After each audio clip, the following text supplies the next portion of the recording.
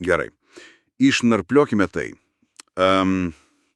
Šios dienos šaltinių analizėje nagrinėjame išsamų informacinį gidą apie automobilių nuomą Vilniuje.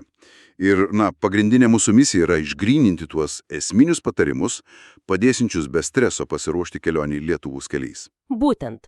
Aš atidžiai analizuodama surinktą medžiagą iškart pastebėjau, kad vairavimo kultūra ir nuomos specifika ten tikrai unikali. Tai labai skiriasi nuo to, prie ko esame pripratę. Tikrai taip. Nes, aš pats pradėjęs nagrinėti šaltinius pirmiausia užkliuvau už tų griežtų, netikėtų taisyklių. Pavyzdžiui, leistina alkoholio riba yra 0,0 procentų. Aha, visiškos nulis. Jokių išimčių. Ta prasme, tai reiškia, kad per pietų suvalgius cepelinų ir išgerus nors menkiausią gurkšnį silpno sidro, prie vairo sėsti paprasčiausiai nebegalima. Vairuotojas čia turi būti budrus ir blaivus, tarsi koks lėktuvo pilotas. Čia žavi tai, kad tokia nulinė tolerancija iš tikrųjų pašalina bet kokias dvejonės. Nėra to asmeninio skaičiavimo, ar jau saugu važiuoti.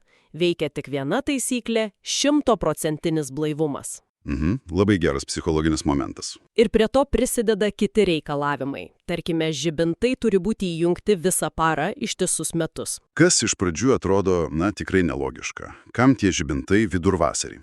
Taip, bet gilinantis, paaiškėja, kad šalyje daugybė kelių driekiasi per tankius miškus, tam nuolat keičiasi šešėliai, orai gali pasikeisti per kelias minutės, žibintai tiesiog užtikrina matomumą. O kur dar tie griežti greičio ribojimai?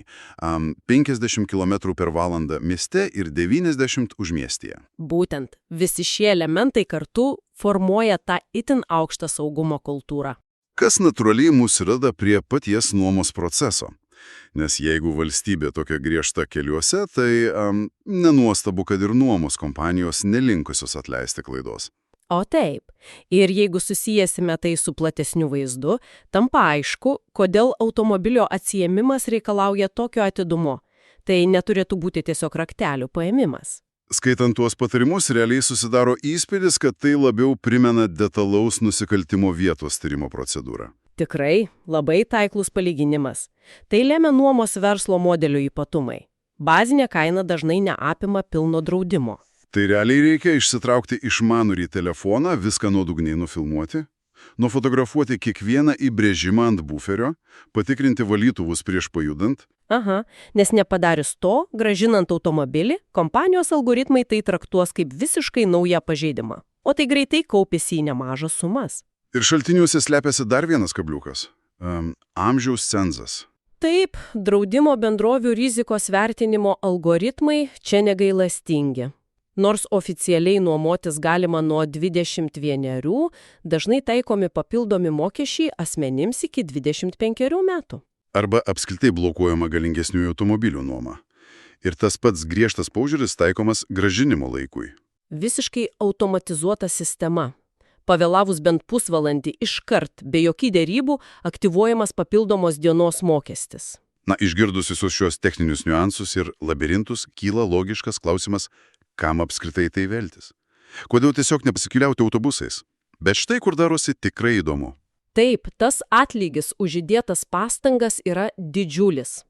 Vertingiausi objektai ne visada lengvai pasiekiami patogių viešuoju transportu. Pavyzdžiui, Kuršių nerijos kopas. Tai unikalus UNESCO saugomas pusiasalis. Neįtikėkim vieta. Arba pagalvokime apie istorinę Trakų pilį, Stūksančio saloje, ar net Druskininkų kurortus, pasislėpusius miškuose. Kur tikrai galima pabėgti nuo triukšmo. Ta nuo savo vairo suteikiama laisve, ji tiesiog neįkainuojama keliaujant. Visiškai pritariu.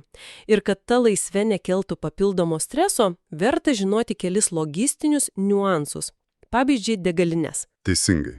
Apžvalgoje pabrėžiama, kad ten dominuoja savitarnos degalinės, kas gali sukelti streso, kai reikia susigaudyti tarp dizelino, benzino ar tų suskistintų dujų kolonėlių. Aha, ir viską apmokėti terminale pačiam.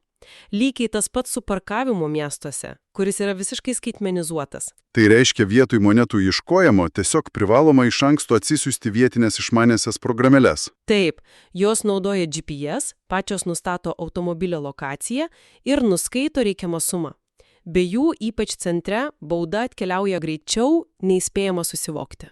Na, matome, kaip paprastas technologinis pasiruošimas paverčia viską atpalaiduojančių nuotykių. Atlikus namų darbus, lieka tik mėgautis kelionę. Būtent taip. Tačiau pabaigai norėčiau palikti vieną intriguojančią klausimą apmąstymams. Minėjome Trakų pilį, kurią tiesiog būtina pamatyti. Taip. Ta, kuri yra mažoje ežero saloje? Būtent taip. Ją iš visų pusių supa vanduo, o į ją veda tik pėsčiųjų tiltas. Taigi yra labai įdomus inžinierinis ir logistinis klausimas. O, koksgi? Kur tiksliai sutalpinami tūkstančiai visų tų nuomotų automobilių srautai prieš pat žengiant tuo tiltu į istorinę tvirtovę? Vau, tikrai geras klausimas. Puikus galvos ūkis tiems, kas planuoja savo maršrutą dar net neužvedus variklio.